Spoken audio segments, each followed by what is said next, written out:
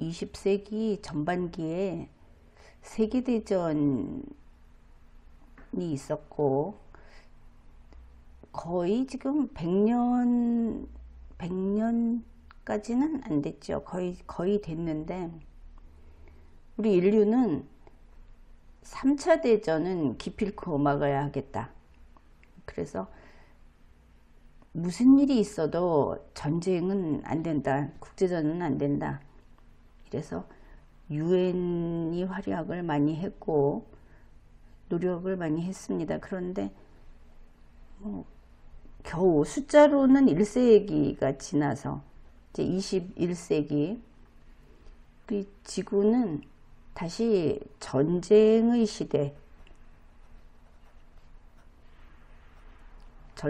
시대로 접어들었습니다.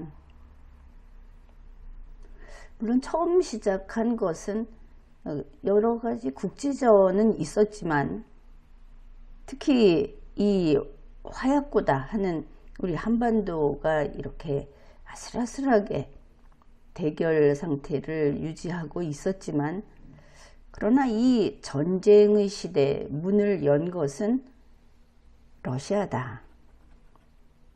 이렇게 이야기하겠습니다. 가장 확실하게, 그리고 좀 늦게 이제 2014년 이 정도로 잡는 것이죠.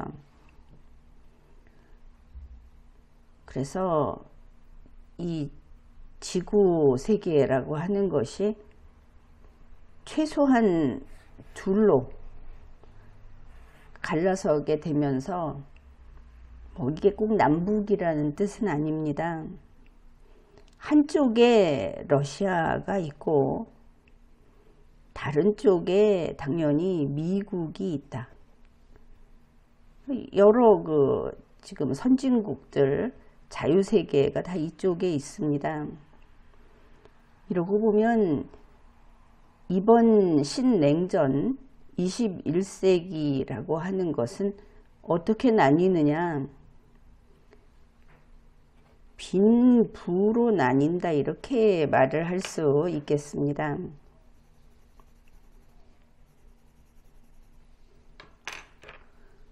러시아 그리고 중국,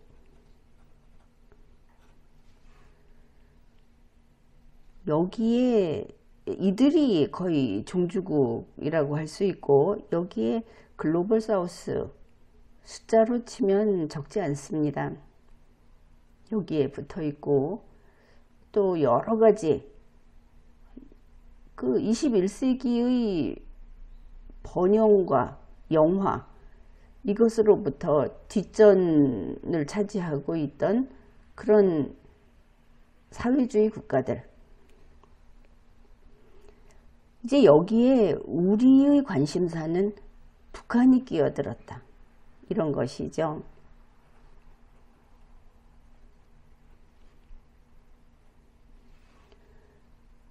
그뿐이 아닙니다. 중동, 아프리카, 중남미, 그런데 근래에는 우리가 흔히 동남아시아 이렇게 말을 하는 동남아시아도 대표적으로 기억해야 할 것은 베트남입니다. 우리 국민들은 베트남은 이런 이념적인 거하고는 이제 끝난 곳이다, 그저 관광지다, 이렇게 생각을 할 텐데 그렇지 않다. 주요 사회주의 국가로서 이념적으로 지금 진영이 나뉘고 있다는 것을 우리가 보고 있습니다. 보면 알아야 하겠죠.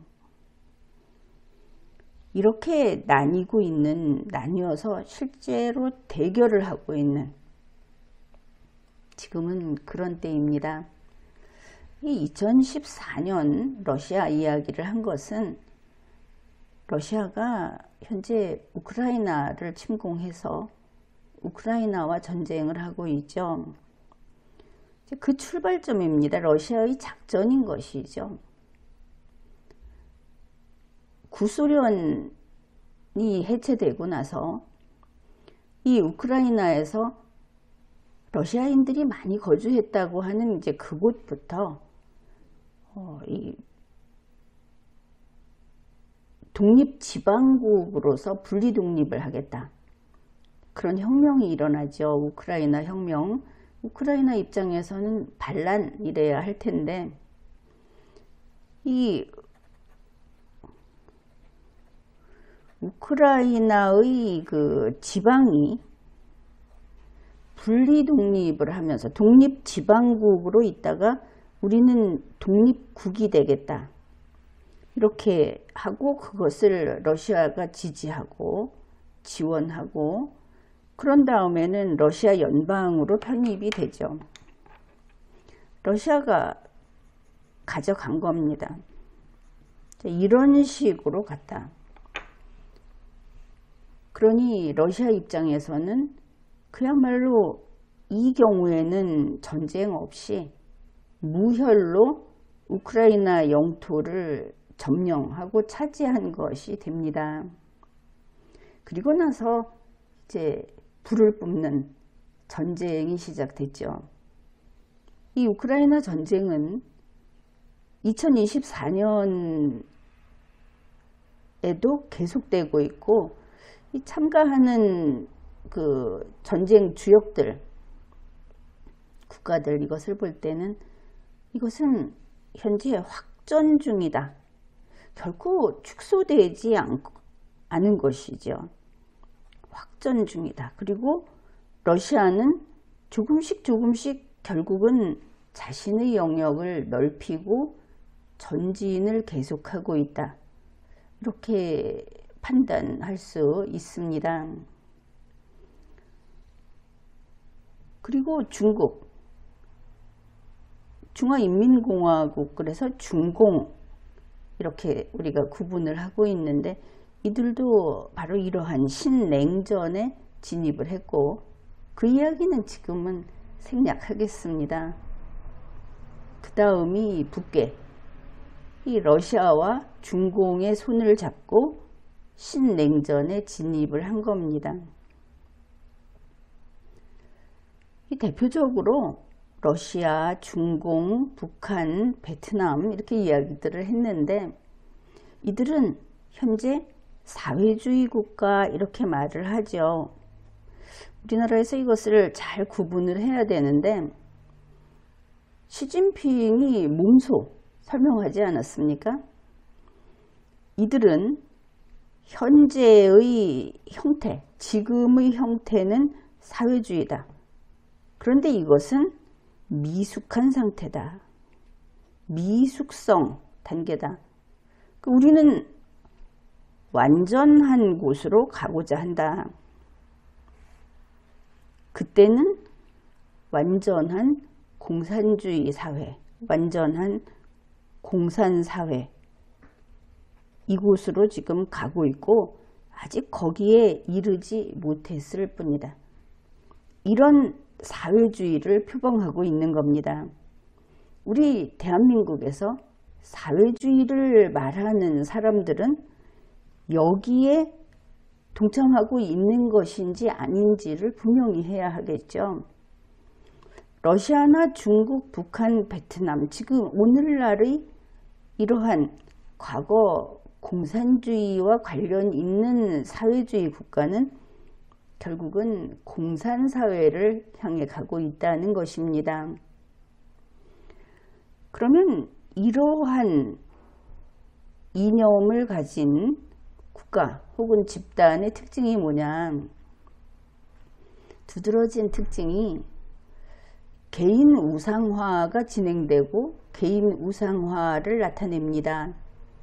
또한 지도자 이런 식으로 그 나라를 대표하는 그 나라의 정상이 종신제인 것을 볼 수 있습니다. 장기 집권을 한다. 이런 특징이 나타납니다.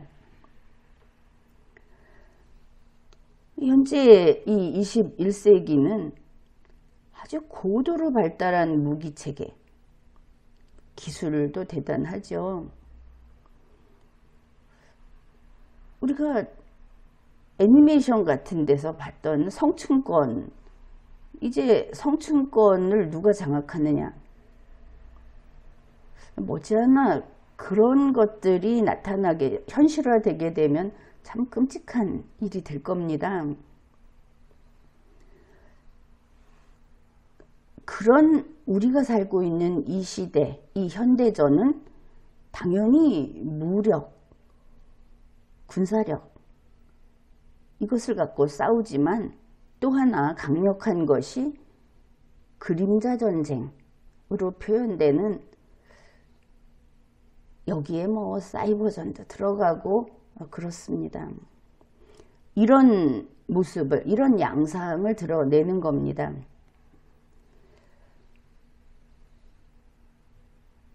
(2024년 6월에) 다른 데에서는 이미 더 일찍 이 그림자 전쟁에 대해서 논의를 하고 고민을 하고 이렇게 했는데, 우리나라에서 이것을 다룬 경우는 보니까 주간동화 이런 데 있었습니다.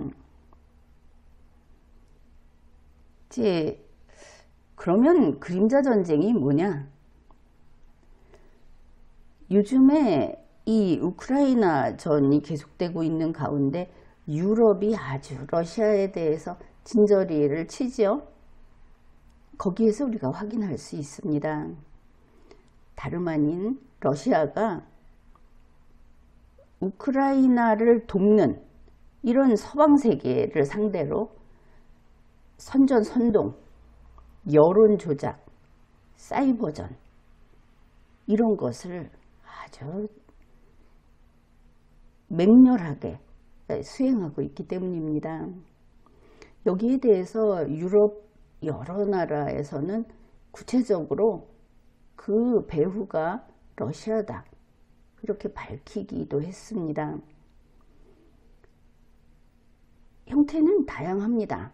예를 들어서 유럽 여기저기에서 대형 화재가 발생합니다.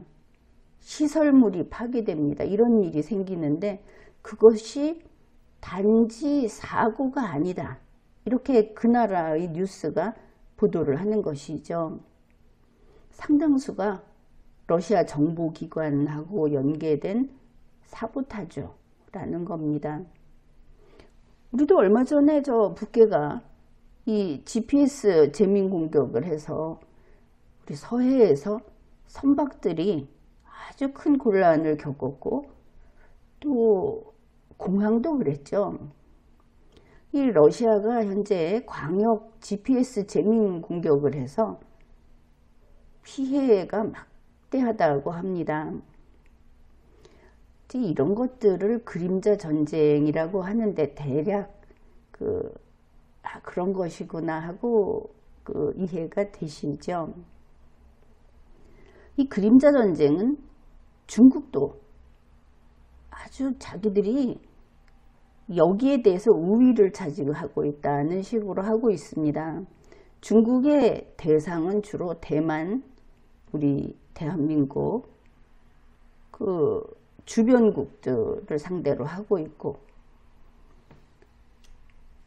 그 미국의 전쟁연구소 같은 데서 보고서를 내면서 중국이 이 대만을 차지하는데 어떤 그 방법을 쓰고 있는가, 이제 중국의 공작인 것인데 그것을 이렇게 소개하고 있습니다. 우리도 한번 받을 만한 것이죠. 일단 중국은 타이완, 대만에 대해서 이런저런 공격을 계속합니다. 그리고 보면은 거의 그 전투기를 가지고, 그리고 또 함정을 가지고 둘러싸는, 포위하는, 그리고 그쪽을 향해서 무슨 사격을 한다든지, 갑자기 그 어선에 대해서 어떤 공격, 자기네 말로는 이제 단속이라고 하면서 이런 걸 한다든지, 이런 것들이 있죠. 이런 무력 시위를 계속하면서 이 대만에 있는 사람들에게 저 중국 본토에 반대하게 되면 우리가 공격당할 수 있다. 이런 불안감, 두려움, 이런 여론을 첫째 하나 형성시키고, 그 다음에 또 하나 동원하는 것이 심리전인 겁니다. 소셜 미디어 이쪽의 SNS하고 인터넷 댓글 공장. 그런데 이거는 우리도 참 많이 들어봤죠. 이게 인터넷상에 나오는 어떤 주의 주장, 정보, 이런 것들이 특정 목적을 가지고 뿌려지는 전략 전술의 일환이다. 국민들은 평소에 그렇게까지 긴장하고 살지는 않는데 대부분 그렇다고 합니다. 인터넷에서 여러분이 보는 유튜브라든지 또 인터넷 매체들, 심지어 그 정도면은 책임감 있는 언론사가 아닐까 하는 그런 데서 그 뉴스를 전달하고 자신이 논평을 하는 사람들조차 어떤 심리전의 전사로서 활동하는 경우가 적지 않다. 우리 국민이 정보의 가치를 판단하는 능력을 그만큼 더 높여야 하는 시대인 겁니다. 그래, 이 심리전을 통해서 하는 게 뭐냐 하면 대만 쪽에 대해서는 반미 여론을 강화하고 친중 여론을 강화하는 이런 쪽으로, 그 다음에 미국인들에게 대해서는 저 남의 일에 관여하고 우리가 피해 볼 일이 없지 않느냐, 고립주의 여론을 강화하고 이런 심리전을 펴는 것이죠. 그래서 이 심리전의 첫째 목표는 미국이 대만 손 떼자, 이렇게 가는 게 아마 가장 바라는 것이 아닌가 싶습니다. 이런 과정을 거친 다음에 여기는 처음에는 위협만 좀 했는데 이제 실제로 타격을 가하기 시작합니다. 전면전이라고 할 수는 없지만 분명한 피해를 입히는 것이죠. 이 위협의 강도를 아주 높이 격상을 시키면서 이때 그러면 미국이나 여러 그 우방국들이 달려올 거 아닙니까? 그때 힘을 분산시키는 용도로 남침을 한다. 김정은이가 남침을 한다. 이제 북괴가 우리 대한민국에 군사 도발을 하게 한다. 양동작전이라고 하죠. 그래서 갈라놓는다. 이렇게 되면 한국, 일본, 이런 그 미국이라든지 하는 이런 우방국들이 힘이 나뉘게 될 것이고 그 관계가 삐걱거리게 될 것이고 이런 걸 노리는 겁니다. 대만 문제에 참가하지 못하게. 그런데 이제 이 위기가 지금 바짝 다가왔다고 보는 것 아닙니까? 그러니까 미국에서 하는 말이 타이완 유사시에 한국은 자주 국방하라. 지난번에 리마연에서 방송했죠. 미국이 그런 말을 하든 말든 우리는 자주 국방해야 하는 겁니다. 국내에서 선거에서 이기겠다고, 자기들 진영이 출세하겠다고 친북 성향으로 간다든지 이러한 국방을 가볍게 여긴다든지 하는 것은 그것은 정말 정신 나간 일이죠. 그러면 이제 이렇게 해서 중국은 대만을 차지하는 게 목적이라고 하지 않았습니까? 어떻게 차지할 것인가? 이렇게 흔들어 대면은 대만 안에 친중국 성향의 정치인들이 있다. 자금도 지원받고 중국 그 시진핑에게 한번 갔다 오면 선거에서도 유리하고 댓글 부대도 좀 붙여주는지 모르겠고 이런 그 어설픈 아니면 골수 거의 스파이라고 할 정도의 그 친중 인사들이 있지 않겠습니까? 이 사람들이 이제 나선다는 겁니다. 대만이 고립됐다 이러면서 이제 중국과 평화협정을 체결해서 우리 평화롭게 살자, 아니면 다 죽는다, 이렇게 이제 선동을 하고 직접 내부로부터 이런 사람들이 나선다. 그것이 우크라이나에서 우리가 분리 독립하겠다고 했던 거하고 모습이 닮았죠.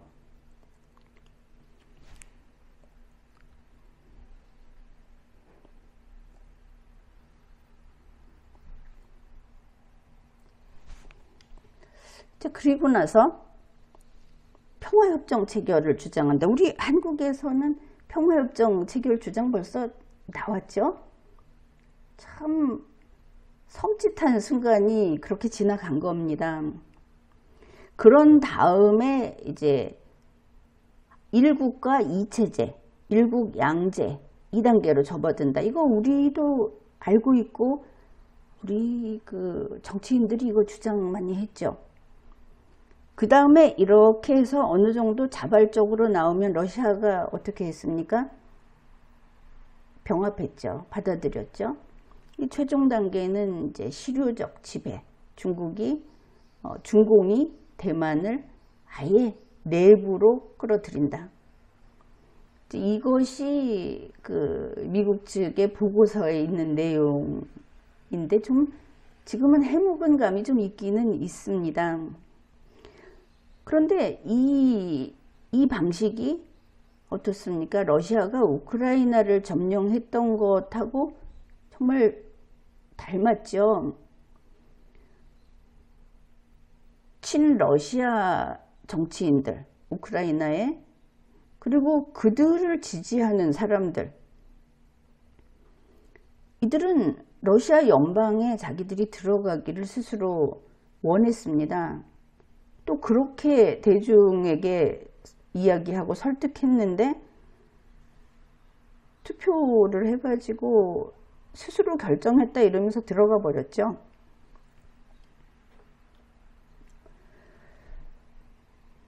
러시아는 이 2014년에 우크라이나의 크림반도를 합병했습니다. 그리고는 2022년에 우크라이나를 직접 침공해서 지금 전쟁 중이 아닙니까?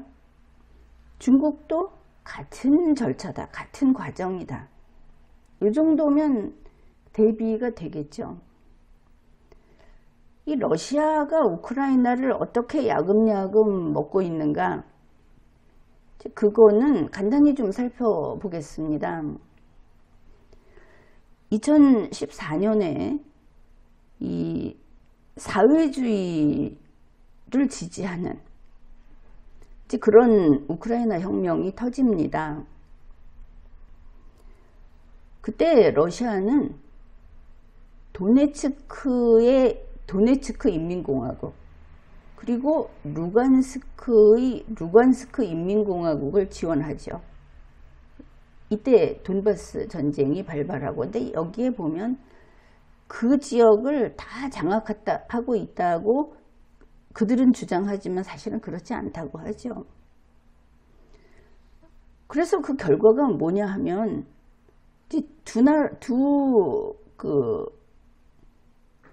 인민공화국을 보면 도네츠크 인민공화국이 이제 우크라이나의 동남부 지역에 있고 이들이 분리 독립을 선포했죠. 어쨌든 미승인 국가입니다. 그런데 이제 이때가 언제냐면 2014년 4월 7일 이때 독립선언을 한 것이죠. 러시아는 2022년 2월 21일에 여기를 너희는 독립국가, 주권국가다 이렇게 승인을 합니다. 그리고 같은 해 9월 30일에 러시아 연방에 그냥 편입선언을 합니다. 그래서 이게 독립국가, 무슨 미승인 국가 이런 게 아니고 현재는 이렇게 우크라이나에서 떨어져 나오겠다고 싸워서 나온 이들은 러시아의 괴뢰국이다. 이렇게 보고 있습니다. 또 하나가 루간스크 인민공화국인데 이것도 거의 비슷한 과정을 거칩니다. 이것도 우크라이나의 동남부 지역. 똑같이 분리독립을 선포하고 그게 이제 이 2014년 4월 27일 그럼 앞에 하고 한 20일 차이 나죠. 친러시아 시위대 수백 명이 중심가에 모여서 갑자기 루간스크 인민공화국 주권선언서 이것을 발표하고 독립을 선언했습니다. 우리나라도 이들이 민주당을 지지하고 또 그런 계통을 지지하는데 좌파라고 봐야 되겠죠. 그런 사람들이 무슨 주권선언, 주권 이런 주권 활동 이런 것을 하는 것을 우리가 봤는데 참 판박이다. 그런 생각도 듭니다. 마찬가지로 러시아는 이 루간스크 인민공화국도 이렇게 하고 나니까 너희들은 우크라이나가 이거 간섭하면 안 된다. 그러면서 주권국으로 승인해 놓고는 똑같이 2022년 9월 30일에 러시아 연방에다가 공식 합병을 해버립니다.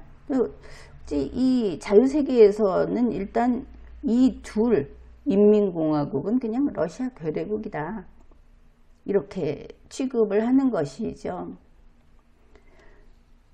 이 과정을 보면은 이 경우에는 우크라이나에서 두 개의 인민공화국이 러시아에 들어가는 과정에서는 둘 사이에 인민공화국과 러시아 사이에는 전쟁이 없었죠. 중국이 타이완하고 하겠다는 것도 이 비슷한 과정으로 가는데 싸울 땐 싸우고 그런 겁니다. 여기에서 아주 중요한 효과적인 이런 모습을 보이는 것이 그림자 전쟁이죠. 아주 강력하다. 그림자 전쟁은 사회적 혼란과 분열을 이용해서 이런 전략적인 목표를 달성하는 게 가능한 것을 알 수 있습니다. 대표적인 성공 사례가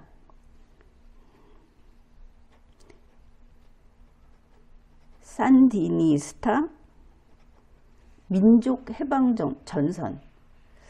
민족해방전선 이러면은 무슨 공산당 이렇게 우리가 먼저 떠올리게 되죠. 여기에서 전면전을 하지 않고 니카라과 정부를 전복시킵니다. 그리고 집권을 하는 것이죠.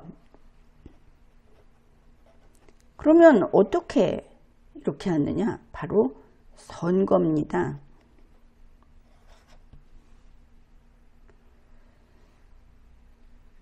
선거를 통해서 이렇게 나라를 뺏길 수 있다. 특정 이념을 가진 지금은 사회주의라고 부르는 그러나 공산주의를 향해서 완전한 공산사회를 향해서 가는 집단에게 뺏길 수 있다.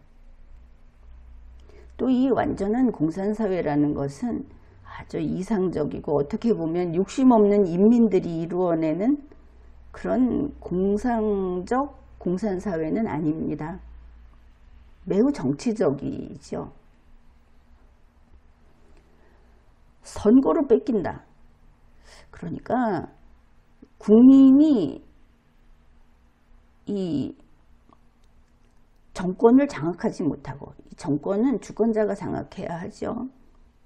선거가 법대로 진행되지 못하고 정치인들이 부패해서 그 자리를 자기를 지키는 보신령으로 여길 때 이렇게 선거로 나라가 넘어갑니다.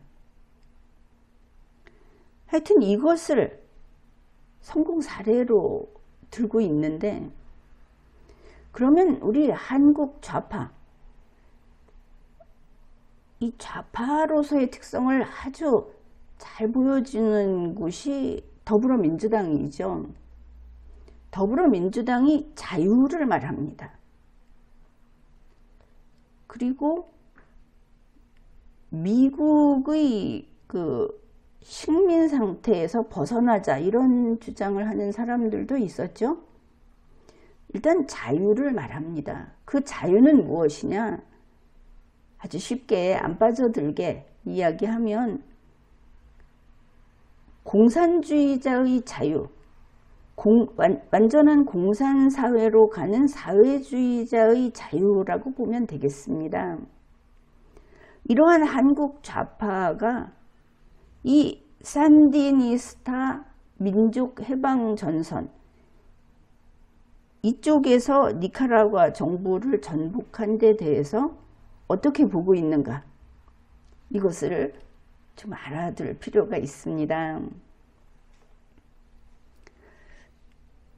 한참 전입니다. 2006년 11월 17일 민중의 소리는 이렇게 썼습니다. 산디니스타 세력이 드디어, 이 세 글자로 우리는 다 모든 이야기를 들은 셈이죠. 대선 4수 만에 2006년 11월 5일 이 산디니스타 민족해방전선, 이것이 FSLN입니다.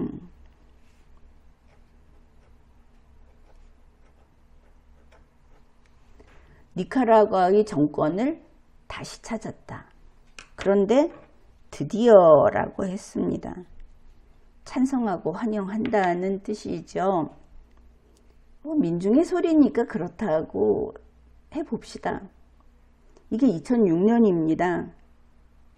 그 다음에 2009년 4월 22일 한겨레 신문입니다.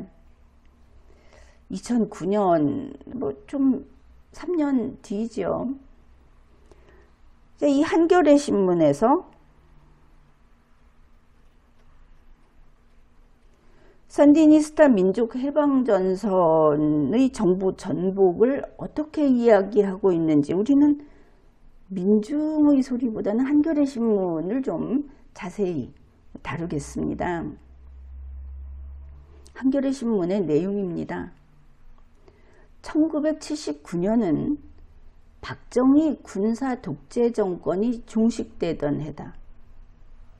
바로 그해 7월에 니카라과의 심장에 혁명의 깃발을 꽂은 것은 산디니스타 민족해방전선이었다. 무섭죠? 한겨레 신문 심장에 깃발을 꽂으면 그 심장의 주인은 죽지 않겠습니까? 피, 죽음, 이런 것들을 좋아하는 것을 알 수 있습니다. 이어지는 내용입니다. 하지만 피를 뿌리며 이루어낸 축제는 짧았다. 피를 뿌리면서 이루어낸 것이 축제다. 한겨레 신문, 세네요. 그렇죠? 1990년 2월 보니까 환호하고 지금 지지하고 있는 걸 알 수 있죠. 그 대상이 이 산디니스타 민족해방전선이 또다시 친미주의자에게 정권을 뺏기고 말았다. 그런데 이들은 16년이 지난 후 당당히 부활했다.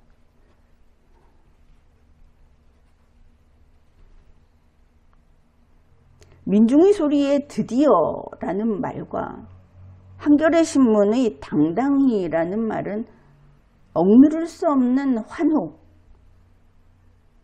열광, 이런 것이 뿜어져 나옵니다.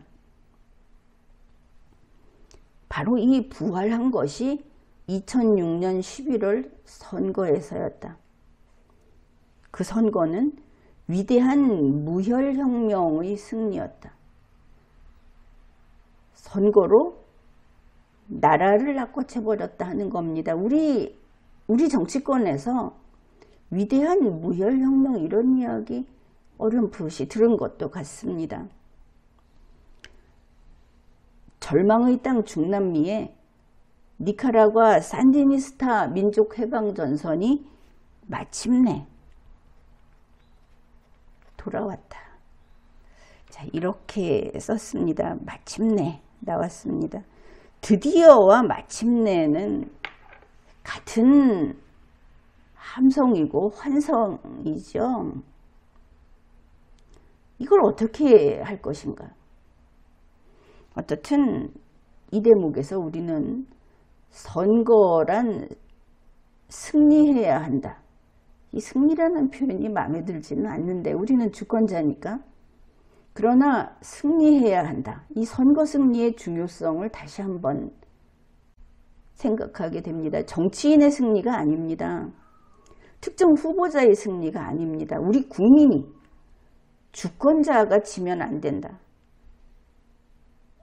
국가의 뿌리가 헌법이 이게 흔들리면 안 된다는 것을 분명히 보여주고 있죠. 한겨레 신문은 이 좌파의 시대를 고대하면서 나는 그렇게 이해했습니다. 이렇게 썼습니다. 중남미 반미 좌파 지도자들인 에콰도르의 라파엘 코레아, 볼리비아의 에보 모랄레스, 재선에 성공한 베네수엘라 차베스, 이들의 승리를 눈여겨보면 세계사의 지형이 크게 바뀌고 있는 것을 실감할 수 있다. 나열한 자들이 인간의 존엄성, 개인의 자유를 손톱만 치라도 생각하는 자들입니까? 그런데 이것을 자유의 승리라고 하고 있습니다. 분명히 알아야 하겠습니다.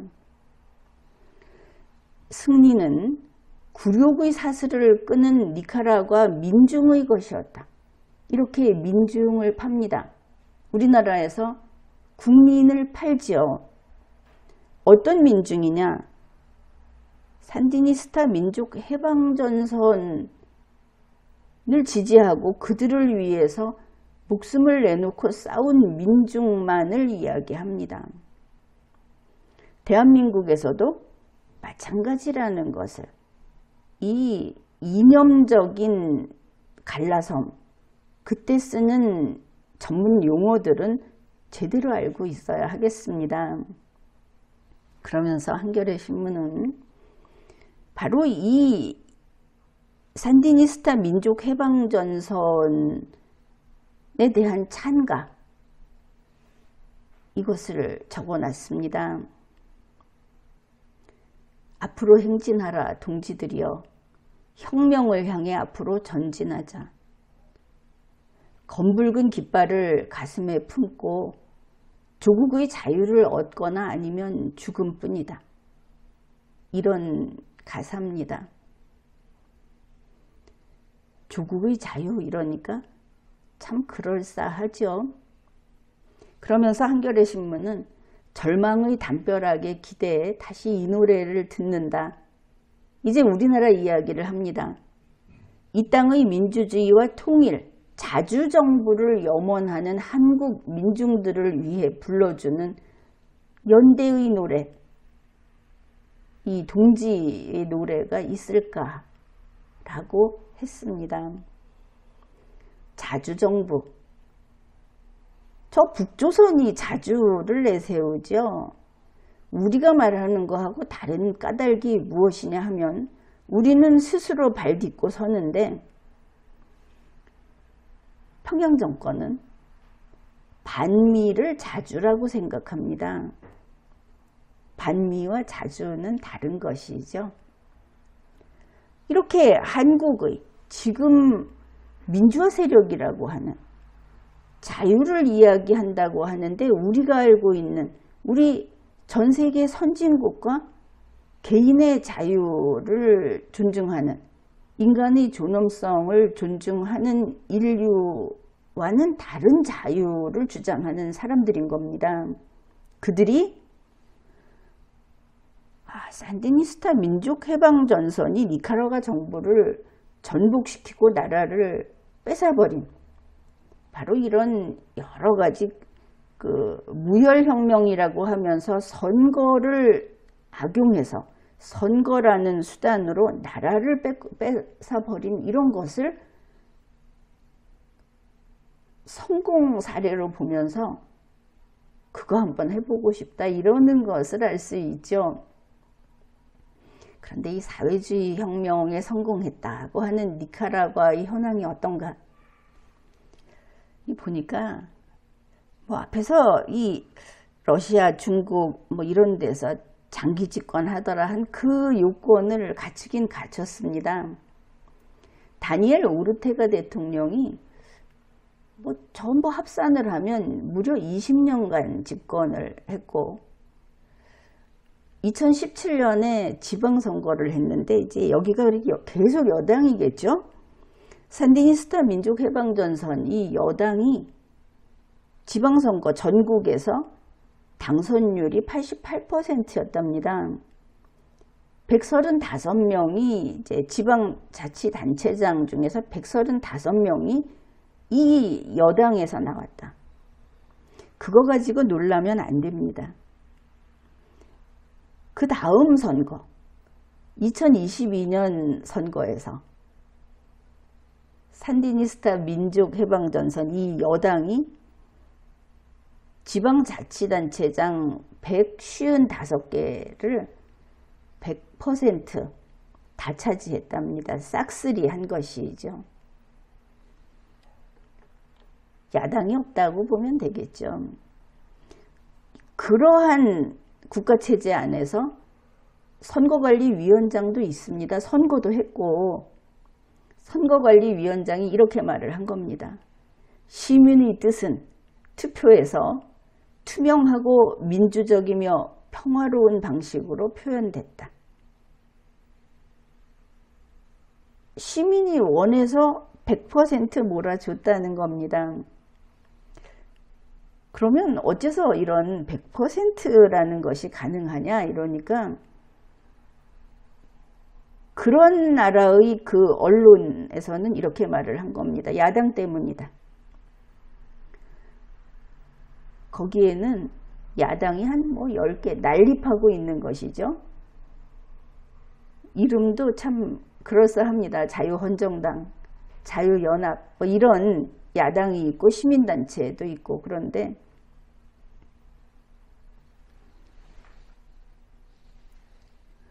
그들이 유권자에게 투표 기피를 하라고 호소를 했다는 겁니다. 선거일에 투표장에 가지 말고 집에 있어라. 저 나쁜 장기 집권을 하는 오르테 대통령이 독재를 하면서 죽인 사람이 340명이 넘고 감옥에 가둔 정치범이 200명이 넘고 그리고 망명 간 사람들, 갇혀있는 종교인들 이런 사람들이 있는데 그들을 생각하면서 국민에게 간곡히 부탁하니까 투표하지 마라. 그래서 100% 여당 측이 당선이 됐다는 겁니다. 여당에서. 그러면 투표율이 어땠을까? 시민단체가 발표한 거로는 투표 참여가 17.3%였다. 그러니 82.7%가 기권했다 이렇게 발표했지만 그런 대통령 거기 100% 당선이 되는 이 나라에서 선관위는 아니다. 54.9%가 투표를 했다. 이렇게 발표를 한 겁니다. 우리는 모르죠. 이 나라가 어떤가 밖에서 볼 때는 이렇다고 합니다. 저 20년 집권을 한 대통령이 있고 부통령이 있는데 부통령이 로사리오 무리오라고 하는데 이 사람이 대통령 마누라라고 합니다. 그 둘이서 아주 철권을 휘두르고 있다. 그런 것이죠. 이게 한국의 좌파가 꿈꾸는 드디어라고 마침내라고 한겨레하고 민중의 소리가 소리쳤던 그런 것이다. 2023년 11월 6일 연합뉴스에서 이 니카라과의 오르테가 정부는 북한식으로 개인 숭배를 추구하는 움직임을 보이고 있다. 어떻습니까? 이 신 네오막시즘, 이제는 막슨지 뭔지도 상관이 없죠. 스스로 신으로 등극을 하는 자들이니까. 러시아, 중국 이런 데처럼 바로 여기도 북한식 개인 숭배를 추구하고 있다고 보도됐습니다. 그러면 이게 2006년, 2009년 옛날 이야기라고 하겠죠? 그게 그렇지 않습니다. 2024년 6월 17일 울산 함성이라는 인터넷 매체가 있습니다. 이게 보니까 노동자 독립 언론, 이런 믿음직한 자기들의 바탕이 무엇인지를 밝히고 있어서 이거를 소개합니다. 울산 함성 2024년 6월에 산디니스타에게 있어서 이 혁명 승리의 전략이 최종 목표로 하는 것은 사회주의 혁명이었다. 그러면서 사회주의 혁명을 아주 굵은 글씨로 특별히 표시를 해 놓았습니다. 그러면서 산디니스타 민족해방전선은 어떻게 사회주의 혁명에 성공했는가, 아주 장문을 실어 놓았는데 결국 이들도 드디어나 마침내과라는 것을 알 수 있습니다. 이제 노동자에게 정치적 투쟁을 법으로 허용해달라고 한 것을 우리가 다시 기억해내야 합니다. 이러한 것들, 이것을 살펴봤습니다. 그러면 이 그림자 전쟁과 관련해서 이렇게 이것저것 봤는데 그것이 우리에게 시사하는 바가 무엇인가? 그걸 봅시다. 그러니까 북괴의 이 오물풍선, 풍선 공격이라고 하는 것이 중국, 러시아하고 발맞춘 그림자 전쟁이라고 이미 우리나라에서도 그런 말이 나오고 있죠. 그러면 또 이런 말을 할지 모르겠습니다. 그림자 전쟁이면 무혈이구나. 전쟁 없이 우리 소위 남조선을 점령하겠다는 것이구나. 대만도 그렇고. 그렇게 생각하면 잘못 생각한 겁니다.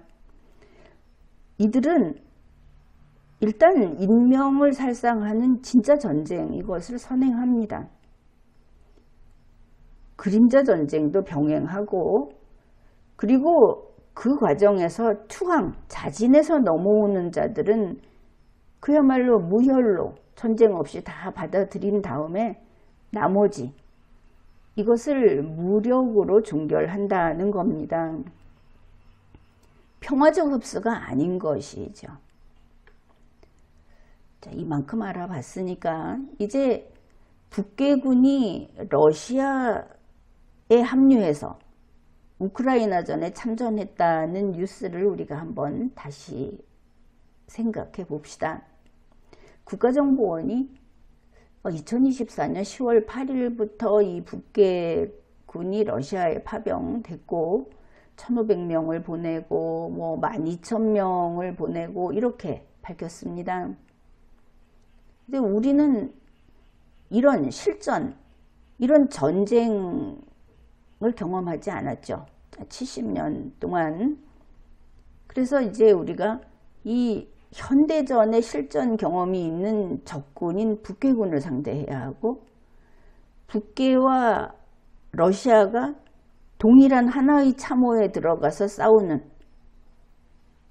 마치 한 나라처럼 이렇게 돼 있기 때문에 우리는 역시 현대전의 실전 경험이 있는 연합 적군, 일단 북괴군과 러시아군, 이쪽 진영에서 얼마나 더 들어올지 모르지만 이들을 상대해야 된다. 이렇게 되겠습니다. 그렇다면 이대로는 선전포고를 하고 불꽃이 튀는 전쟁, 그것보다는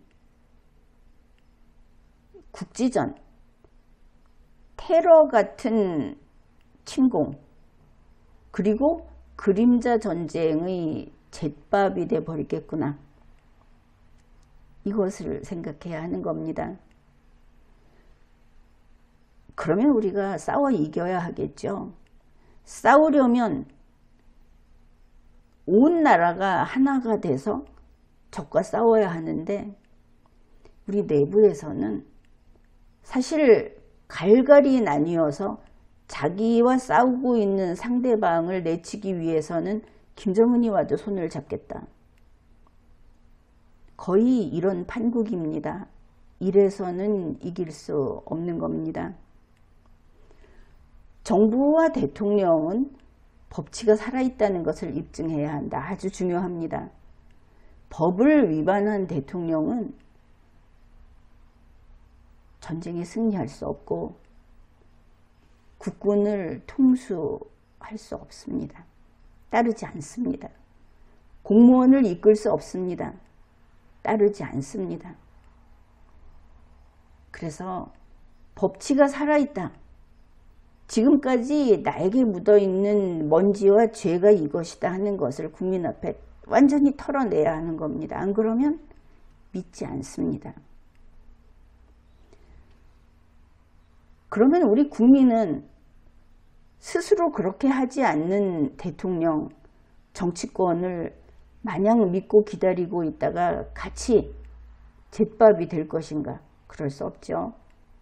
이 나라의 주인은 우리니까 우리는 정부를 숙정해야 합니다. 더러운 것을 모조리 털어내고 책임 물을 것을 다 물어야 합니다. 우리의 적에게 동지의식을 가지고 있는 자들도 역시 손 봐야 합니다.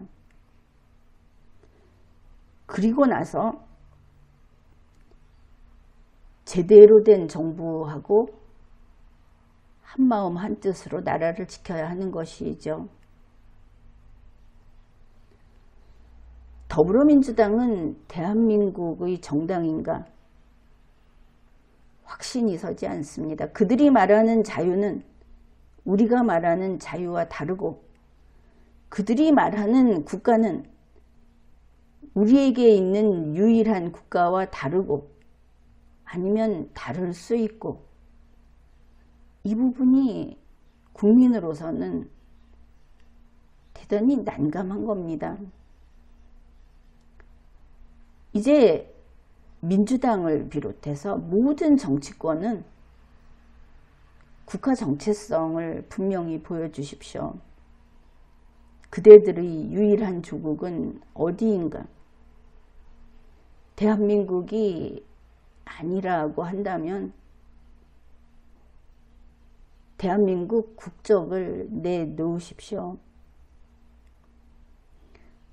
우리를 공격하는 주적 북괴와 기어이 싸우지 못하겠다고 한다면 대한민국 국민의 지위를 내놓고 대한민국의 영역을 떠나 주십시오. 그뿐 아니라 앞에서 어떻게 선거로 나라를 뺏겼는가 하는 이야기를 했는데 이제 앞으로 투표에 불참한다. 거부함으로써 나의 의사를 밝힌다. 이런 거 해서는 안 됩니다. 선거 보이콧은 반국가 행위다. 이렇게 분명하게 밝힙니다. 국회에서도 마찬가지입니다. 국민의힘이 숫자가 적다. 그래서 어떤 법률안을 또 어떤 의안을 우리가 해봤자 소용이 없다. 이런 비겁하고 패배주의자로서의 모습을 보이고자 한다면 전원 사퇴하십시오. 그렇게 해서 대한민국 국회에 국회의원 200명이 미달되게 해서 국회를 아예 정지시켜 버리십시오. 그럴 의지가 있느냐? 이제는 모든 것이 정면전입니다. 반대함으로써, 비협조함으로써 내 역할을 다했다고 하는 것은 국민이 용납하지 않을 겁니다. 지금까지 리걸마인드 연구소였습니다.